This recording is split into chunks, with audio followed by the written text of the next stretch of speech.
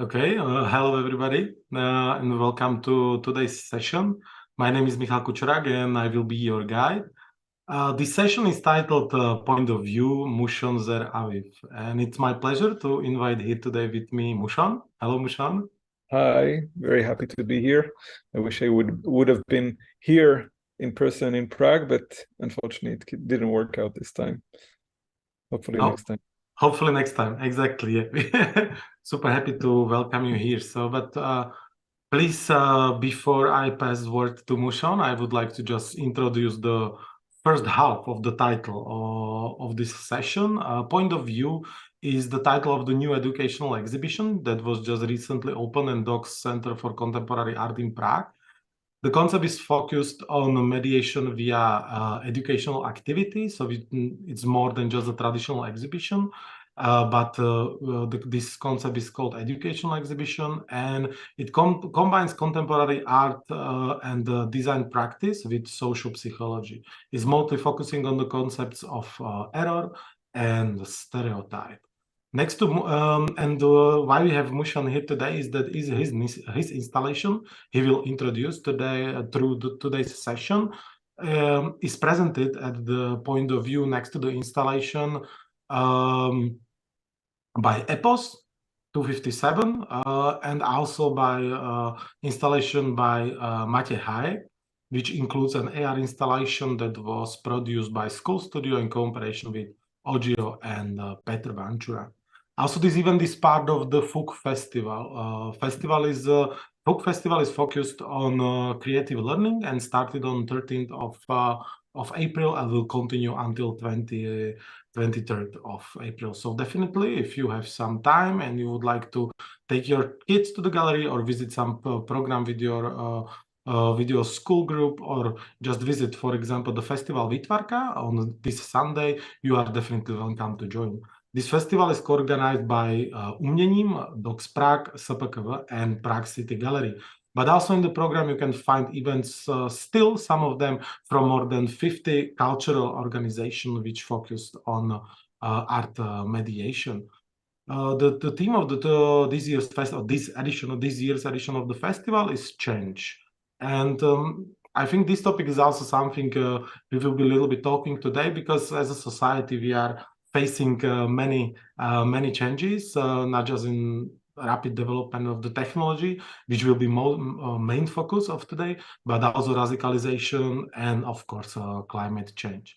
And now let me introduce Mushon Zer-Aviv, designer, researcher, educator, and media activist based in Tel Aviv. He's currently writing a non-fiction book on friction and flow, political design of theory of change. Mushon, between many other things, he's a co-founder of design studio show.com, but also he co-created the project youarenothere.org. And also, if you are familiar, and I hope that you are, with the extension at the Nauseam, so this is definitely also something Mushon is behind. Mushon was also alumni at Art and Technology Center in New York called IBEAM, and he is a senior faculty member of Shenton School of Engineering and Design. And today he will present the project Normalizi.ng, that is experimental online research in machine learning. And I think that's it from me, and Mushon, floor is yours, and I'm super happy to welcome you here again, and I'm looking forward to the discussion. So welcome. Thank you very much, and I hope you can see my screen. Okay. Yes, thank you, Michal. I'm super excited for the opportunity to present this work in DOX and to be a part of this festival, as I mentioned. Hopefully next time in person. But what I want to do today is to use this opportunity to really kind of deep dive into the history behind the work Normalizi.ng. This is a work that I've been developing in different capacities for the past decade, actually, with different versions of the piece. And the latest one is this one, Normalizi.ng, which is an online piece that is also presented as an installation. But My talk would be divided to three parts, three acts. Act 1, criminalizing the face. Act 2, statistical normalization, and Act 3, normalizing. So I'm going to talk a bit, the topic is around AI and algorithmic prejudice, but I'm not going to start with the cutting edge of ChatGPT or Midjourney or whatever, but in fact go all the way back to the 19th century. So let's start with criminalizing the face. So we're starting in Paris in the late 1800s, and we have to understand that Paris was changing dramatically. Basically, the city has been growing, and people are coming from outside of the city. And if in the past you would know everyone in your neighborhood by name, by heritage and everything, all of a sudden there are a lot of new people and a lot of new faces that you don't recognize, and that really really shifts the social fabric of the city. And because you have strangers, you didn't have as much strangers before. That's as a process of both industrialization and urbanization. And if in the past the policeman would know everyone by name, and could actually knock on their mother's door and say, you should discipline your kid. You couldn't do that anymore, and then the police started to take photographs of people, and they would take a lot of pictures, and each of these pictures would be slightly different. So let's say they arrest this guy. And we didn't have IDs yet, so the guy would go about, they'll ask his name. He would say, my name is Philippe Trejoli, or whatever made up name that he could come up with, and they have no way of knowing if he is Philippe Trejoli or the notorious terrorist Ravachol. And one of the policemen trying to address this problem was actually Alphonse Bertillon.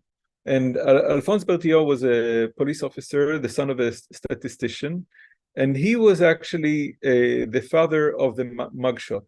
What he did, he standardized the photograph that we now see as the image of criminality, right? And that was a process of standardizing how do you take pictures during arrests. And he didn't only take pictures. He as you can see in this arrest card, he also took a lot of statistics to complete this arrest card as something that would become a form of an identification card, right? So he developed a set of tools, and the role of these tools were to measure the body, to really turn the body into numbers, and to turn the physical identity into a numerical and data based identity. So and in this process, he also made this table, which you can also see in the exhibition in DOX. And he called that tableau synoptique des traits physionomiques, or the Portrait Parle, the speaking portrait. And the idea was, if the person that we arrested would not speak, their face would speak, right? Their portrait would speak. So we don't need to believe what people say. We can know the truth, and in his case, know their identity from their face And what he did with this table, he documented different types of faces, different types of noses, different types of mouths, different types of eyes, different types of ears. And with the ears, as you can see, he really got into the ears.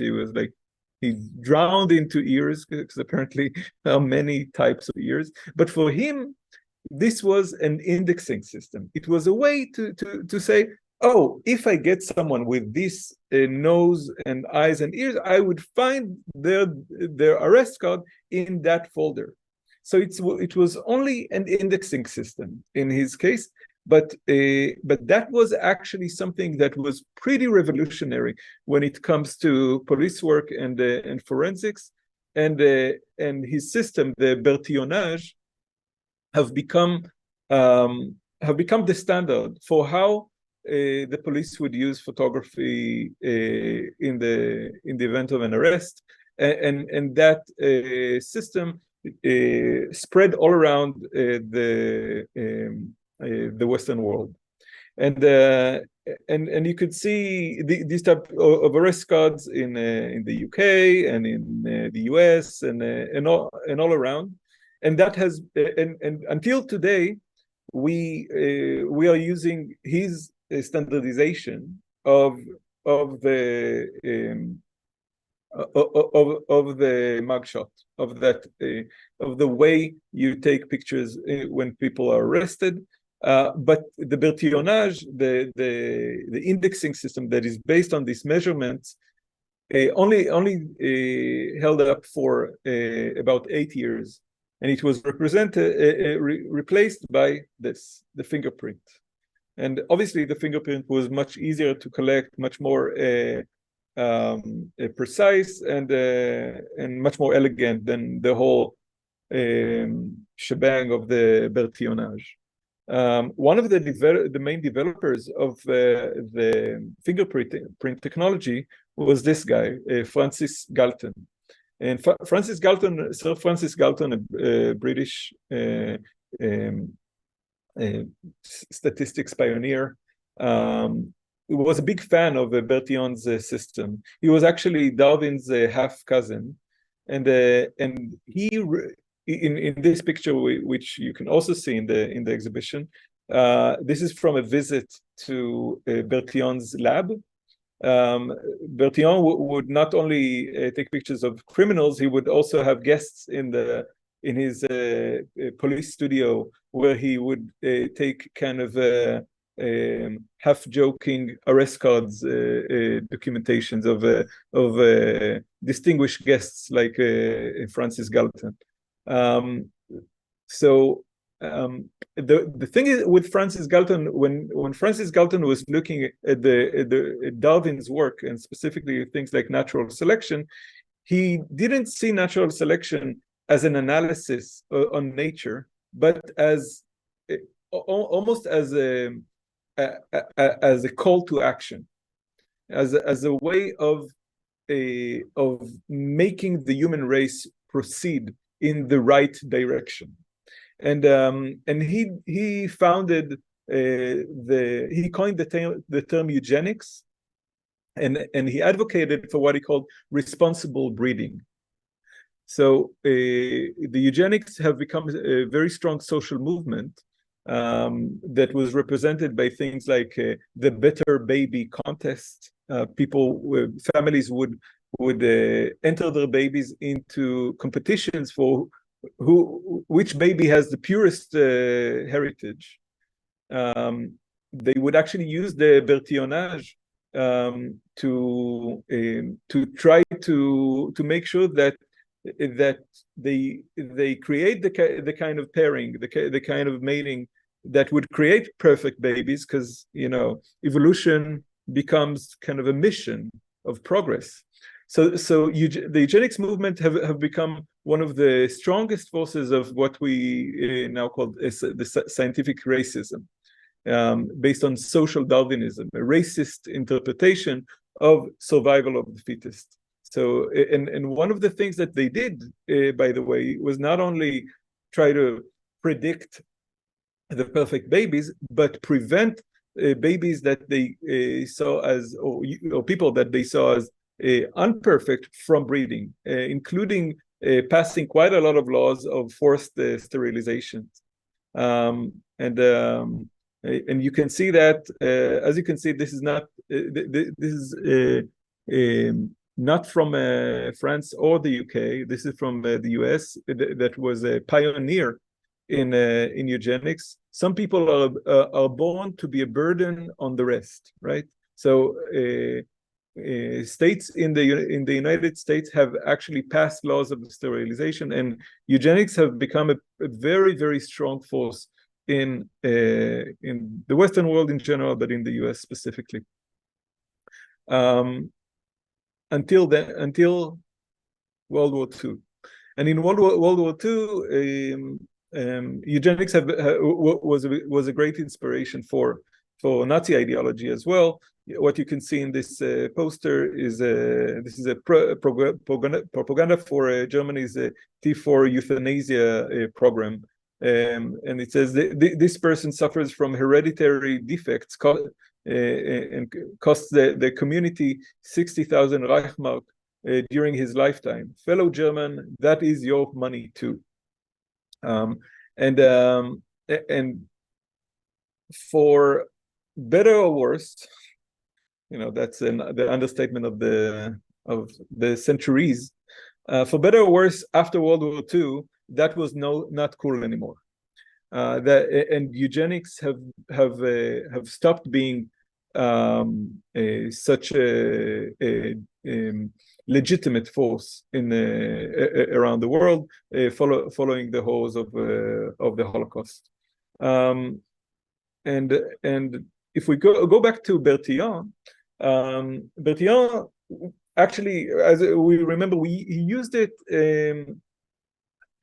Bertillon's primary concern was to identify perpetrators as a means of law enforcement by creating a record of unique information about each individual's physical appearance rather than the criminal tendency. So if we compare Bertillon and Galton, Bertillon used data to look to identify the past, and Galton used data to predict the future. Okay, so that's something that we should hold with us going forward. Act 2, statistical normalization. So we go a bit further in history to the mid 20th century, to Alan Turing. Alan Turing, the father of computing as we know it today, the father of programming specifically.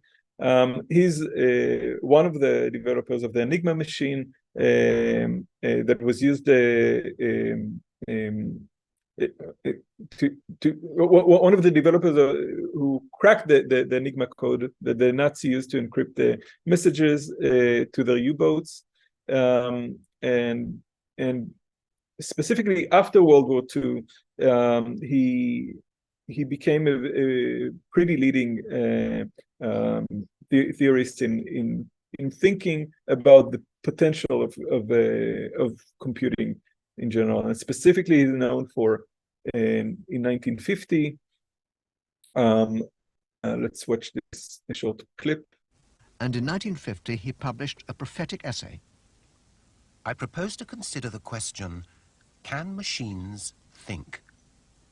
This should begin with definitions of the meaning of the terms machine and think. The definitions might be framed so as to reflect as far as possible the normal use of the words, but this attitude is dangerous. This attitude is dangerous. One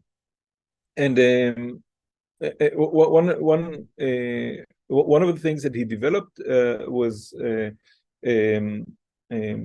something he called the imitation game, that was later called the Turing test, and until recently it has been considered the golden standard for AI. And the way it works is that you have text-only communication between yourself and two entities. One of them is human, the other one is the machine. When you can tell which is which, it means that the machine has passed the Turing test. And that's really interesting because the golden standard of AI has become, can it fool humans, right? Can we fool humans to believe that they're talking with humans? And that would be kind of the threshold. And as we've seen in the past couple of months, actually, that has become that is not the gold standard anymore, big time. And each one of us are a click away from endless conversations with AI agents. But we won't get into that because we're still with Alan Turing. Even after World War II, Turing's Enigma work was top secret, and in 1952 he was convicted of homosexuality, and he was given two options: either go to jail, and by that, lose the opportunity to continue his research, or be chemically castrated. And he chose the second. And the repercussions of that choice was both a lot of physical and emotional pain that led to him finally eating. In 1954, he ate a cyanide-laced apple. And died. Now there are a lot of conspiracy about what happened there exactly. But if that apple that you can see here, this time from Snow White, but if it looks kind of familiar in the context of computing, then it's not by accident. If we go to Turing's writing, you can see he was quite interested in the idea of this, what he called the child machine, and he said instead of trying to produce a program to simulate the adult's mind, why not rather try to produce one which simulates the child's? It will not be possible to apply exactly the same teaching process to the machine as a normal child. You can see this is like him pondering about machine learning or machine training back in the 40s and 50s. And he goes on, he was afraid the AI child would be victimized for his otherness. He writes, we could not send the creature to school without the other children making excessive fun of it, right? So he was really concerned about the otherness of the child machine. Fast forward to our times. This is from a 2017 research conducted in Stanford, where they trained a neural network AI system to identify gay faces. And when they released the results of their study, they said that we're really disturbed by our findings. The accuracy of an AI system can reach 91% for homosexual men and 83% for homosexual women. The study also concluded that homosexual men and women tend to have gender atypical facial morphology, expression, and grooming styles. Now, there are some questions about this research specifically, but we can already see that this pattern recognition that Turing was hoping would present this objective otherness that would treat him differently, is very, very different than the kind of AI that we developed, the kind of AI that not only avoids systemic bias and but amplifies it. And now to an example from my corner of the world, unfortunately not one that I'm very proud of. A startup company based in Tel Aviv says it has developed software that can identify terrorists and other criminals based on their facial features. Faceception's learning algorithm program uses 15 classifiers and genetics to uncover an individual's personality traits. We see many signals in the face which are coded from the DNA, And this is a way we can make analysis or personalization of anyone. Of anyone, right? Of anyone. This is like anyway. Another example that is kind of more nuanced, maybe. Now, as you can see, the camera is panning to show Wanda's face. It's following her around. But as soon as my blackness enters the frame, which I will sneak into the frame. I'm sneaking in, I'm in there. That's it, it's and over. There we go, it stopped. My hands are here. Wanda, please get back in the frame. Get back in. As soon as white Wanda appears, the camera moves. Black Desi gets in there. Oh, nope. No face recognition anymore, buddy. I'm going on record and I'm saying it. Hewlett-Packard computers are racist. I said it. So Hewlett-Packard and other technologies have since trained not only on what they see as the typical face, which would be the white face, the white male face, but we need to get back to the question: what is the difference here? Like, bias is nothing new, right? It's not like machines have invented bias in any way. When we have a human looking at human, we have, the subconsciously I ask myself, do I see a face? The machine calls that, or let's say a human looking at human, do I see a face? Do I recognize this face? Does this face seem okay? We translate that to machine looking at human.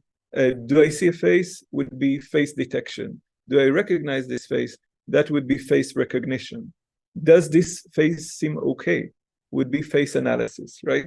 So, and we've been biased before machines. We didn't need the machines to be biased. So what's the difference here? And I would argue that the difference is here in the eyes. It's not like machines don't have their own versions of eyes, but the eyes are not connected to a face and a body and the personhood. Because even in a picture like that, where you cannot see the police officer, you can obviously see that the guy who was being photographed in this mugshot did not want to be photographed, and he apparently resisted. And you can see the conflict. You can see two humans in conflict, and despite the fact that we don't see the eyes of the police officer, we know that he has one. The kind of eyes that we have in the other side now are these type of eyes, and that really changes the question of power. These are two types of systemic power, and potentially two types of systemic bias. So systemic bias did not arrive with machines. It has evolved, and more than anything, it has been depoliticized, because the political conflict between the two people in the picture on the left is completely absent from the kind of gaze that happens through technology. George Cullinan spoke about that in the normal and the pathological, and he says the abnormal, while logically second, is existentially first. And what did he mean by that? Basically saying, logically we have normal and then abnormal, but the way we experience it, when I walk in the street, I don't stop to identify normal people. I stop to identify abnormal people. So things that we identify as deviating from the norm. And in the first version of the piece, I presented it in Jerusalem. and we translated it to 3 languages. So normal in Hebrew is called the word for normal in Hebrew is normali, which is obviously just coming from English. But in Arabic, when we tried to translate it to Arabic, it wasn't that simple. So you can see I'm looking for normal in Arabic. So it says tabi, and I switch it. Naturally. It says naturally. So the word that is used for the word normal in Arabic also is first and foremost used to say that something is natural. Now, normal and natural are not the same word. And when I said, it can't be the right word, I was given another word that actually translated as regular, and regular is also not normal. Normal is something that has been processed, right, and has been to some degree standardized. And I said, how come Arabic doesn't have a word for normal? And I looked it up, and apparently normal is not such a normal word. And in fact, the use of the word normal was only started to be used around the Enlightenment in the context of the natural sciences, but specifically the use of normal to speak of a normal person or thing, it only started at the end of the 19th century.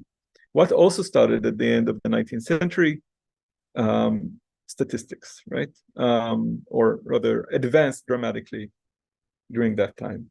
And now we're back to Galton. And one of the things that Galton has developed is this device, the Galton box, or the bean machine. As you can see, there's a box of beans, and it runs through this matrix of pins, and then randomly jumps around these pins. And what Galton identified is the distribution of these pins. And what he identified here is one of the basic ideas of statistics, the idea of normal distribution. And normal distribution identifies what's called standard deviations. So how what is most expected, and how are things that are not completely in the considered normal, how do they differ from the norm? How do they deviate from the norm? And it can be either positive or negative deviations. And as you can see, this shape is what's called the bell curve. The bell curve, until today, is one of the core ideas of statistics, and is in the DNA of machine learning as we know it today. And like we discussed in the past, the kind of beans that Galton was interested in were not only numbers; it was humans. Only healthy seed must be sown, right? This is a eugenics poster. The eugenics wanted to avoid both statistical and social deviations in advance. And this worldview is a part of a dominant heritage of statistics. You cannot detach eugenics from statistics, and therefore you cannot detach eugenics from machine learning. And if we look today, we can have it here, right? Swipe right, swipe left, and these are beans running through the matrix. It is us who decide whether to swipe the beans right or left, right? Or to like them or not. It's the same idea. Or to kind of photographs that we upload, and even whether we stop during our swipes for 2 seconds or not. Like, all of that is data that is creating normalization, right? That is creating both the normal and the deviation from the norm. Which brings us to the piece normalizing. So normalizing is a web-based piece, but also an installation. Here we can see how it's presented in Dortmund in Germany. And this is from DOX, actually. And rather than me just telling you about it, I'm going to allow you to try it out. So feel free to scan the code, and I would recommend that I can actually put the link in the chat, but I would much prefer that you visit it on your phone, because this is a mobile-based experience. So the link is in the chat now, but it would be probably easier for you to just scan the code and try it for yourself. Hope you did that. If you haven't, normalize.ng, and I'll continue and show you more or less what you would be seeing when you try it out. So the first step in normalizing is capture. So in step one, you take a selfie. You place your face in the frame in a kind of a Bertillonage attempt to standardize your arrest code. So we have your face, and now step two is to classify. You'll be presented with pairs of different noses, for example, and different foreheads, and you'll be asked to swipe right or swipe left, the one that looks more normal to you. And that's how you're training the machine. You're training the machine. How does a normal eyes, mouths, ears, noses look like, all the way to faces. And the final step is analysis. And in the analysis, we actually see a map that looks like that. You can check it out in the website as well. And in the website, you'll see that you can zoom in and see different areas of the map presenting, and the thickness of the frames also represent who looks more normal. So the thicker the frame, the more normal the person. Now, I will let you try it out yourself, either on your phone or on your desktop. But even in earlier versions of the piece, what was interesting is when how people interact with it, and how they get excited about the selfie, about this opportunity to point at the one that looks more or less normal. But what I'm often mainly interested in is this case, when someone looks at the installation or tries the piece out and then said, "Oh, I actually don't want to be a part of it," and that is probably one of the more interesting responses. And the more interesting conversation that I have is with people who want to opt out of this normalization. And as far as I'm concerned, this is a great way of interacting with a piece, of not being a part of it, or and this is something that has been added to the web version. You can simply delete your face. So if you went through that, we will definitely delete everything that you entered. But then you are going through that process of, are they really deleting all of my data?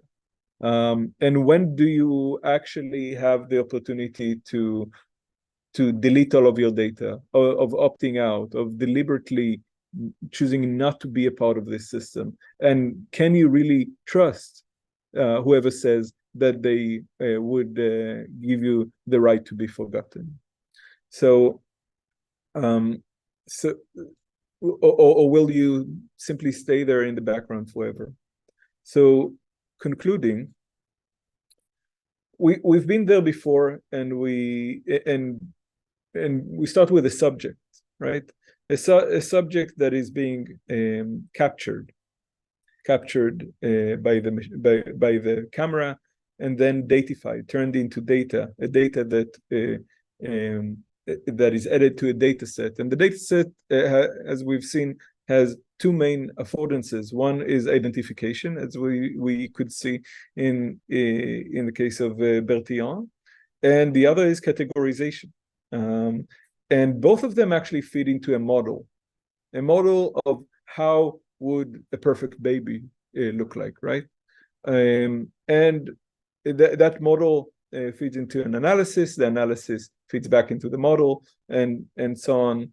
And all of that is, you know, if it would have only stopped here, then it would have not been very nice, but would you know, wouldn't be as horrible as we've seen it become. But it does not stop there. It goes into action, right? We've been there before, and we decided against it. But now we're back, right? Subject captured, and this time captured even with no arrest, right? Turning to data, feeding data sets, again, with the affordance of identification. And thank God for face, for opening the phone with your face. How did we live without it? But also categorization. And this categorization feeds the model feeds the analysis, as we can see in China, for example. And again, that process of optimizing the model through analysis is something that we know today. And today as well, this leads into action. In this case, deciding whether to give someone a parole based on the data in the system. Now, the response to that kind of a technological systemic bias is often an attempt to identify where we have bias and look at it as a bug that needs to be fixed. But if we're trying to look at bias, there's bias all through the system, and you're trying to ask, what does it mean for the system to not be biased? Is the bias a bug or actually a feature of the system? The bias is not necessarily technological, it's systemic, and it is amplified cultural bias, right? And underlying what we have, Kate Crawford in an article to Nature magazine said, these tools are dangerous when they fail and harmful when they work. It's not about fixing them. So it's not about debiasing. We need to go to a different framework, which is actually harder, and that involves justice. And unfortunately, ChatGPT is not going to help us that much with that. Thank you very much. Thank you. Thank you for sharing, and thank you for presenting. Normalizing. I have a few questions on my mind. I really don't know where to start, but as you start, this discussion is super needed, because also like the thread of the FUK festival I'm part of is focusing on the creative AI, because right now there is a rush, it's a gold rush. Yeah, everybody wants to join. Everybody feels that they have to jump on the bus. Yeah, because otherwise you will lose. Yeah, you will not. You will be not. But I feel like people feel like that they will be not part of the maybe data set, to say. And basically, I feel sometimes that it's better to be left actually alone. But I understand that that's a complicated thing actually. Let's start with the bias, because this is the problem. Like there is a lot of not so. There could be always more discussion going on about, but right now all these systems, especially as you mentioned, like OpenGPT, seems like that there are limitations. They don't let you go. They don't let you go like far. You have to really like trick them into break some moral laws. But basically this already happened. Yeah, like this happen with the TJ, with the Microsoft? Like, do you think we will face also like this radicalization of the Chat GPT, or it will be all just, you know, super secured with the walls which the programmers built around it?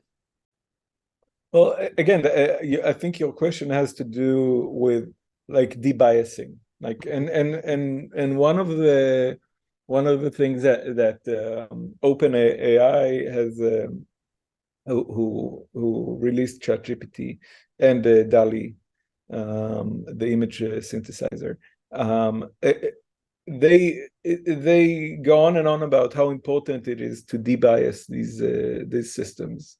And by that, they're kind of, I actually am with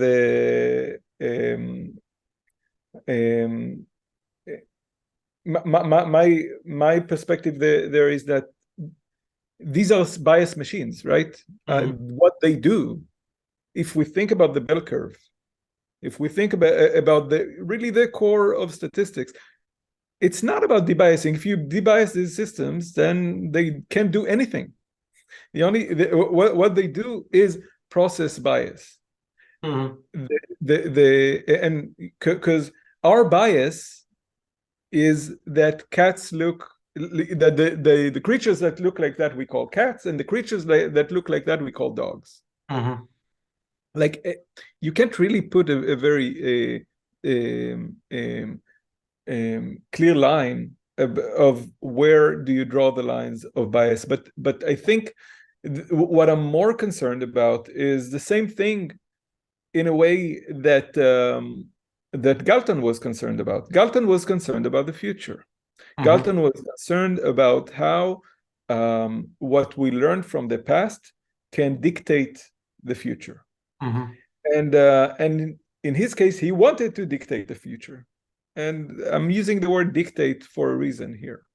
And if we use, like, we have to understand that these technologies are, they're conservative by design. By design. So if you think about the core of what machine learning does, it looks at a data set, it looks at examples, and it would reproduce these examples. It would it would treat this body of knowledge as what is right or what is expected, and it would continue creating futures that are based on these expectations. And when I'm saying that justice is not something that ChatGPT is going to help us with that much, is because justice does not live in the past. It should live in the future. Justice is a process that we hope that hopefully we're walking towards. But these machines would only recreate the past. So it's not about debiasing.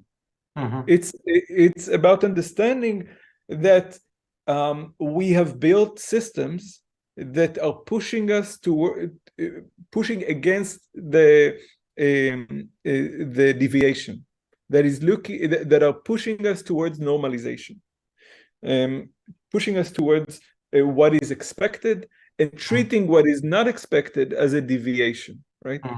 So, but the thing is, if we want to be somewhere else from where we were in the past, we have to deviate.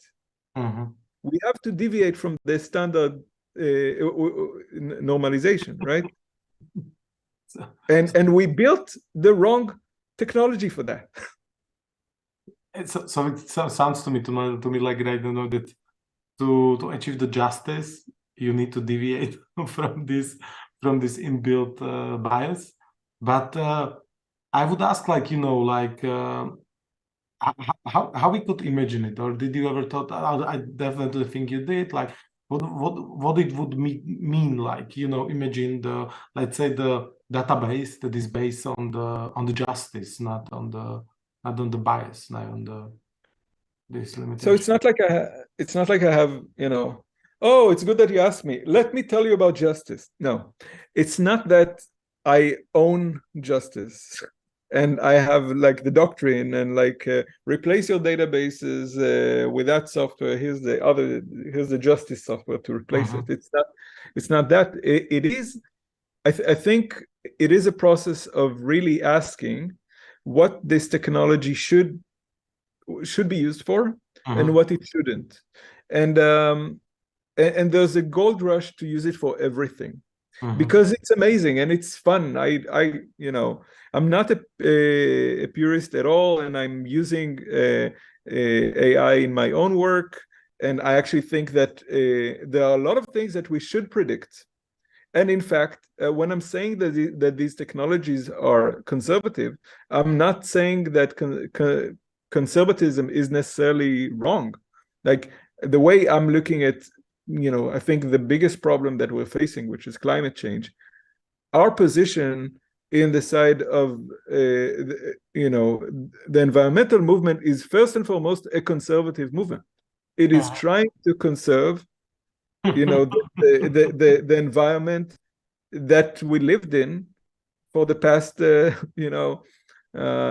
thousands, if not, hundreds of thousands of years, that allowed us to flourish. And it is actually trying, when we're talking about, we often you use the word change in your introduction. And we think of change, of the word change, we immediately have like starry eyes and think, oh, this is a change makers, right? Like this is an action for change. But climate change is also change, and we need to say there are changes that we want and there are changes that we don't want, and it's always we.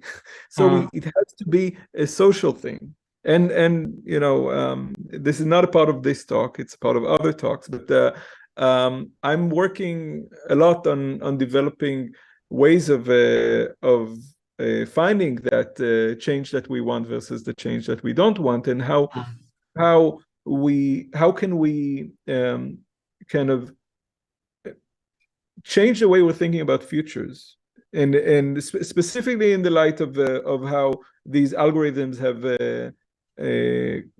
kind of colonized our imagination, because it's like our imagination has for years now have been framed through how does the future look. Immediately you have pictures of flying cars and stuff like that, or robots. And why isn't the future just like about relationships, about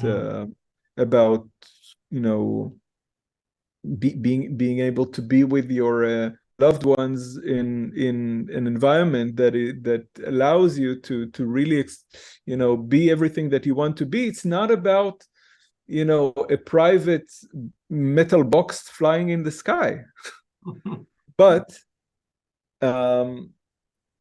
we have this idea that the future is invented in Silicon Valley. Or let's say imagined in Hollywood, invented in Silicon Valley, or developed in Silicon Valley and financed in Wall Street. No, there are other ways of imagining futures, and I don't know. As you mentioned in the introduction, I'm coming from Tel Aviv, in a very specific time in my country's history, where all of a sudden, because the extreme right-wing government that we have right now have decided to break all of the rules and rush towards the end of democracy. After Israel has been a broken democracy for many years now, but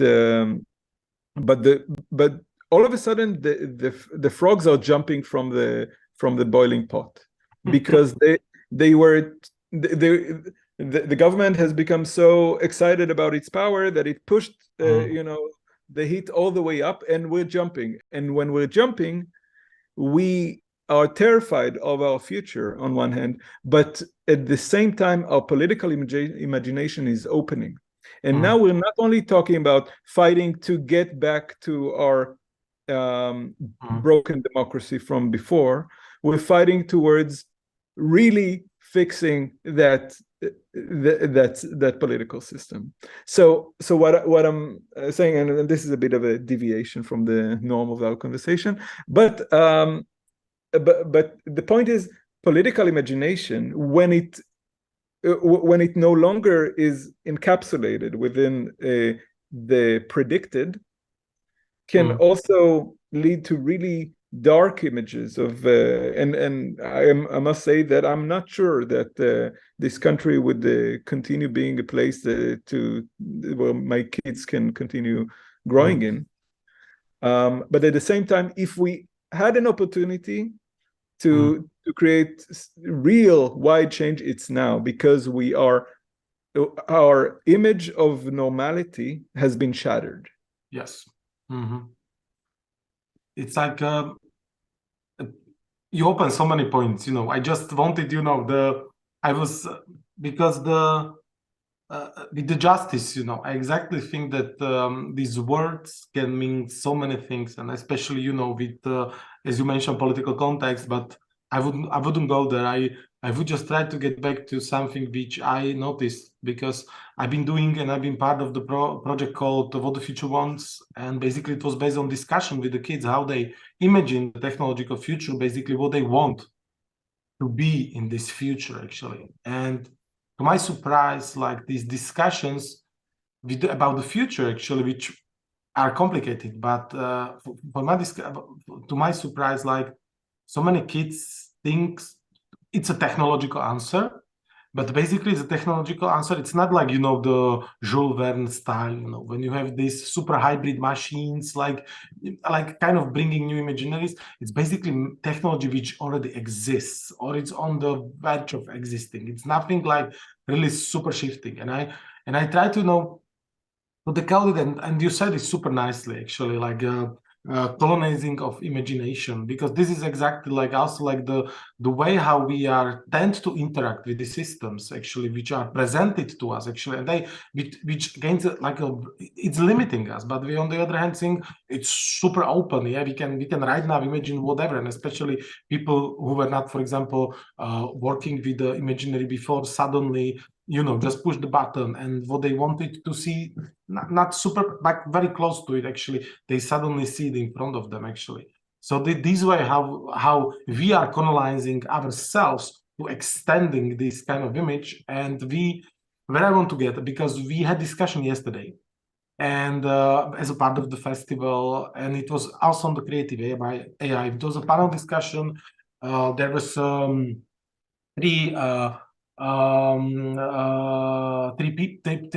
humans talking about they practice with the AI, and Lenka Hamoshova, she's my colleague, and we are part of the Euroburst platform, actually, and we held a discussion a few like 2 years ago together with you, and she was discussing exactly like the question what came from the YouTube, what we can do, you know, to somehow, if there is the chance to do something differently than what is happening right now, actually. And she was pointing out to the open source movement, and to really people who try to go beyond to what this colonization of imagination, how you can interact with these tools, actually, and what you can, because I said, you know, it's WYSIWYG basically, yeah.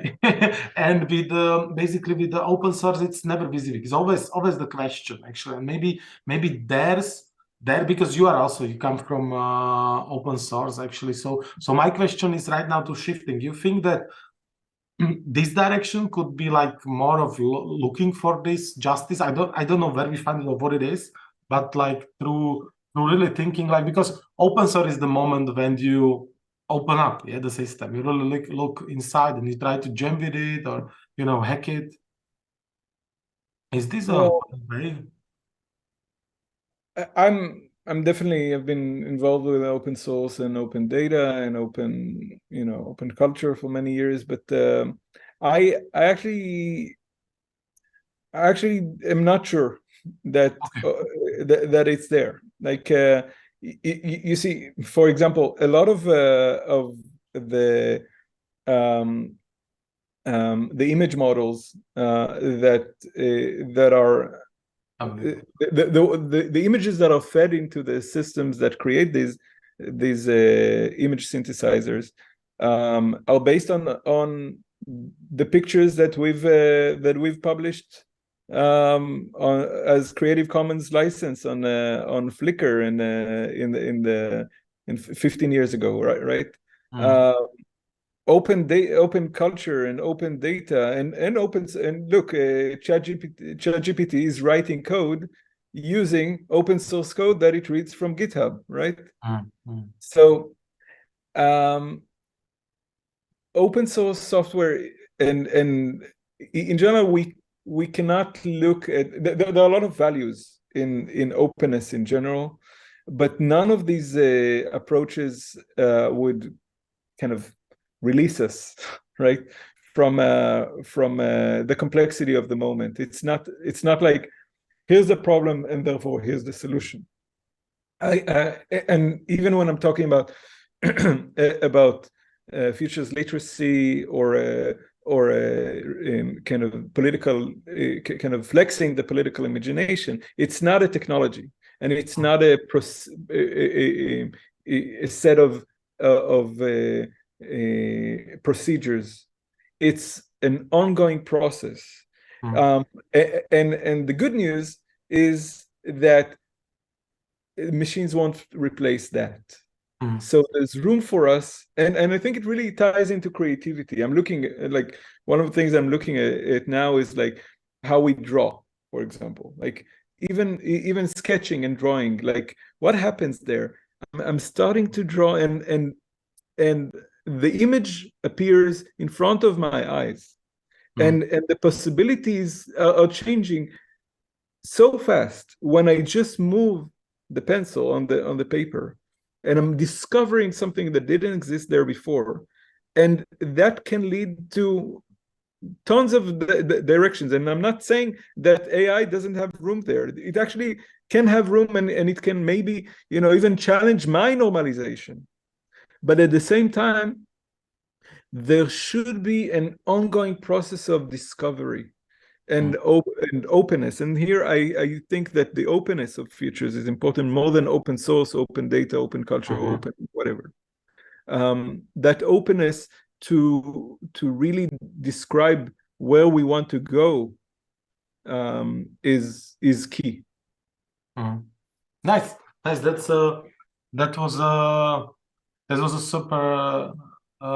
super nice answer, you know, that we get from the, maybe that was like from the justice to this concept of openness, actually. And because also yesterday, you know, we talked about it through the discussion. There was the point, you know, that of course, you know, that these tools are already there. You today introduced us to really how important is think through the history of it, you know, the development, not just, you know, to be super flooded by what spectacularity it can produce, but really think through the history. And also again the discussion there was that maybe the interesting thing will be that is because it's extension, you know, it's extension of our capacities, extension of our mind, and of course use it because it can brought something, and but maybe what will be interesting that it really open us to our own body, you know, and as you were, you know, showing how to draw, because this is also something for me troubling, you know, actually, that how we exchange these capacities our body had, or our, especially right now, our minds had, and we can see it with the Google. People are, you know, we start tends, like, especially I'm again talking when I'm talking to kids, like lazy to memorize, because everything you can just search, that the memory is exchanged by the search. But we have question from YouTube, but first there is also one on the Facebook, and I think maybe this one hits better, because the question is, like, can we support the desired deviation by technology? Well, that's a good question. So if I understand it correctly, I actually am interested in that, and I'm trying to look at that, and I think there's a lot of potential there. And I don't know who asked the question, but I think this is somewhere to dig in, because one of the things that these systems can do is create a lot of possibilities quickly, right? Like if I'm using Midjourney, for example, and I describe an image, I would pretty fast get 4 options, right? Not 1 option, 4 options, and I can start. I think it's a matter of creating journeys, right? But we have to remember that these journeys are based on a certain normalization, and within the normalization, like the way stable diffusion works, one of the core the leading algorithms that create these kind of generative systems is through a certain level of randomality. So, if it was only normal, completely normal, it could only create a straight line. But it has to have some diffusion to create that image, to like the background of your Zoom, to create this specific angle of how to create that image. That's a bit abstract. I hope that makes sense. But the point is, I think one of the things, one of the values that can come of these systems is to visualize to us our kind of echo chamber and how our expectations. And one of the approaches that are used now for investigating bias in algorithmic systems is called counterfactual explanations. And because one of the problems with the systems is that they're often protected by copyright law, and then and even if you have complete access to the machine, it processes so much information and looks so many data points and calculates them in such intricate processes that it's really hard to, you talked about open source. Even if you look inside the lid, even if you have access to the code, it's not in the code. It's very, very advanced processes. But what they do with the approach of counterfactual explanations is that let's think, for example, on trying to identify biases in a system that sorts through CVs. Right. This is actually something that I looked into. Let's say I'm applying we have 1,000 CVs that are applying for a certain job. Let's make the classic example, the CEO. I'll give it 2 CVs that are identical. In one of them, the name is a name of a man, John Smith, and the other one is Jane Smith. Would it always put John Smith on top of Jane Smith? If it would, then we cannot use that algorithm. We don't know why, but we can't use that algorithm. Why? Because it is not its bias. It is processing and amplifying our bias, right? And until it stops doing that in whatever way, we cannot use that. So kind of reverse engineering that process, I think it's kind of fighting fire with fire, using the algorithm to kind of expose our own amplified bias, right? Okay, that's a hard one. That's a hard one. Sure. I hope that makes sense. Yeah, but yeah, very good. I was just thinking, like... So, just to add a small thing, like counterfactual explanations and the whole discussion about systemic bias now is actually, it's great that we're talking about systemic bias, because systemic bias, as we've seen in the case of eugenics and in the case of Turing, it's been with us for a very long time. We didn't need to invent machines for that. But now, because we are coding and we are designing these systems, we have to address systemic bias, because we have more control over systems than we had before. And the, you know, systemic bias was a part of bureaucratic systems for a long time, but we didn't code them.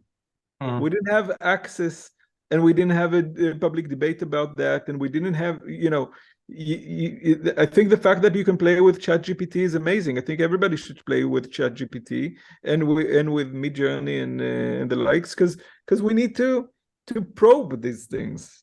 We need to poke into them and try to say, oh, it does something that I like, it does something that I don't like, or something that we don't like.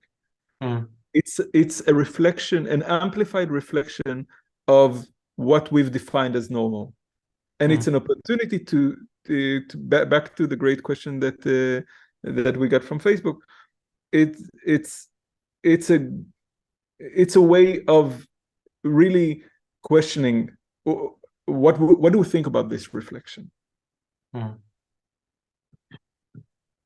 I will just because the time is running super fast actually, and but still, like as you were mentioning, you know, the algorithms that is predicting the sexuality based on the profile picture on the actually. We use this example exactly in the programs in discussion with the kids actually about like how they feel about it, and if this is something they want for in their technologically like infused future actually. But the second example, which there is, and you were mentioning, you know, the two bias, two CVs in front of the director. There is this other algorithm developed by Goldman and Sachs, or for Goldman and Sachs, and this algorithm is comparing through the online interview and checking all the data you provided before the interview, and it's basically like checking like 15. I was just checking now, like 1,500,000 like data points on you actually, and the idea that you are detected by the system which can normalize you actually, not like, you know, because when you do it as a human, yeah, how many data points you are able to process, but these systems are super like enormous in the way how many aspects of us they already have in the database and are looking through this lens of normality and at us actually. Maybe that is the question from the YouTube now actually, but it's tricky one actually, because the question is like if there is a chance to protect as before that question, I'll just respond quickly to your point about there's a concept that I'm really falling in love with now, that we should stop calling ourselves human beings. We're not human beings. We are human becomings. We're not a static thing. We are not a data set. We are, and that connects to my research, we are something that is constantly changing.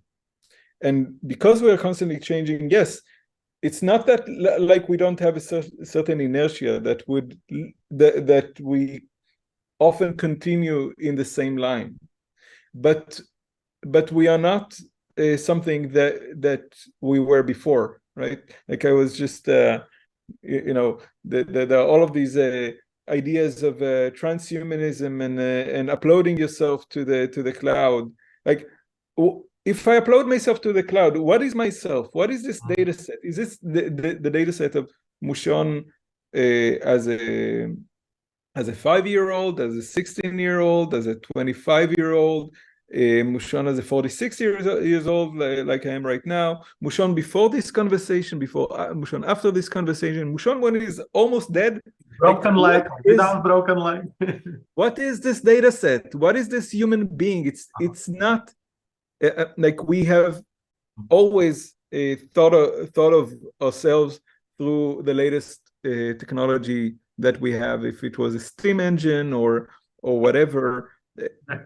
We think that we upload files, and you sent me photos before that talk. The photo that you see on your screen is exactly the photo that I see on my screen, but we are not the same people. We cannot be uploaded and downloaded. We are a set of things that are constantly becoming. And if we're constantly becoming, the idea of here's the data set that would predict what we are and what we can be is a very limited and very techno biased, as in biased by the way we use our technology, not the kind of amplification that we talked about. It's a very techno biased way of looking at who we are and what we can become, right? Thank you for this. This is also super important, like to keep on your mind, actually, because this concept really of the becoming, actually, because it's really there, and as you said, that the system cannot be de-biased. It needs really to be maybe as you use it need to be based, let's say, or need to be shifted to the different concepts as you use the justice or openness. Yeah, we talk about also I think I see the openness is also, but this concept also of the temporality, yeah, of the human being. This like so many things pop up on your mind, but let's get to the question. As maybe we will also close with that one, because it's really super hard to answer. And this very reminds me, because also like there is this announcement from Adam Harvey, which says that your selfie is already your part of your algorithmic profile, actually. And the question is like, can we as users, as a human becomings, like somehow protect the data on the internet, like the face data, and is the way to be hidden, actually?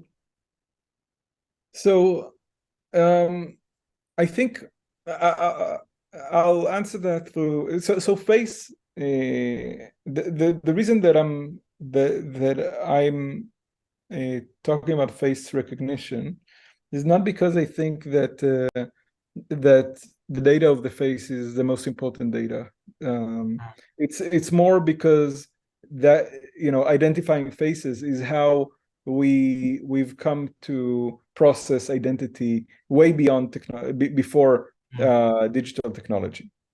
The way we process identity today is way beyond the face, right? And with all due respect to the kind of predictions that some people think that they can make from effective analysis of face detection, face analysis, there's so much more data in the way you scroll your Instagram feed, and it's much more useful for whoever is trying to manipulate your behavior than how you move your face. So I'm less interested in protecting the face. I'm actually much more interested in the kind of data that is gathered on us for profiling. And in the introduction, you mentioned Ad Nauseam, which is another project that we don't have time to get into right now. But the approach in Ad Nauseam, and you may mention Adam Harvey, and Adam Harvey has been using that approach as well in some of his works. is obfuscation. So obfuscation, rather than hiding myself, is hiding myself would be like camouflage, right? So I'm looking at the environment and I'm trying to blend in with the environment. Obfuscation is the opposite. It's actually changing the environment, so the environment is no longer normal. And what we did with the nauseum specifically, it's an ad blocker that actually clicks every ad that it hides, and by that it means that you can no longer normalize what my profile is, and beyond that, it's not only protecting myself, it's also shifting the idea of what normal is, right? Because there are actors that cannot be normalized within that system. So I think when we talk about protection, we should not think about protecting myself, but shifting that framework of normality. And that's both technological, but first and foremost, it's cultural, right? I think that we will have to, because otherwise they will turn us off. But yeah, I think this is the super also the ending with the discussion. We could continue. We already are a little over, but the point is that what you just said actually, it's exactly like what popped up on my mind when you were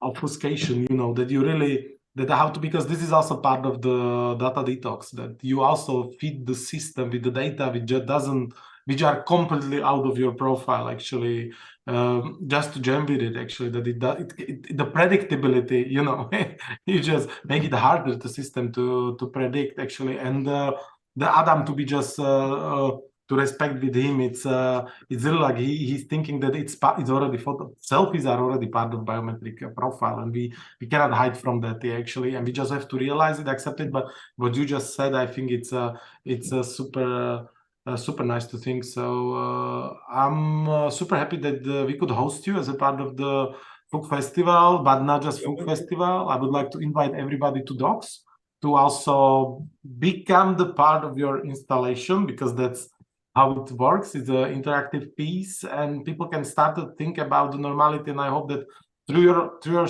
lecture, through your presentation, we should more talk about this, like really the history, because there is a lot of errors that happened. Yeah, you mentioned Galton, you mentioned Turing. Actually, there are the big lessons we have to learn, and we have to remind ourselves, because that's the thing. If you will not train memory enough, we will forget these histories which form us and need to form us again, actually, because right now the systems are super spectacular, and we sometimes forget about what's behind us, maybe what's in front of us, but we are just spectated by what's now actually. So thank you, Mushon. Thank you very much. Thank you for inviting, and yeah.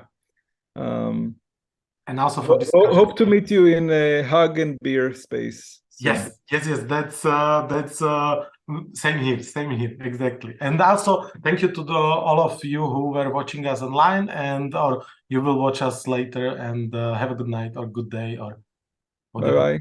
Bye. Bye.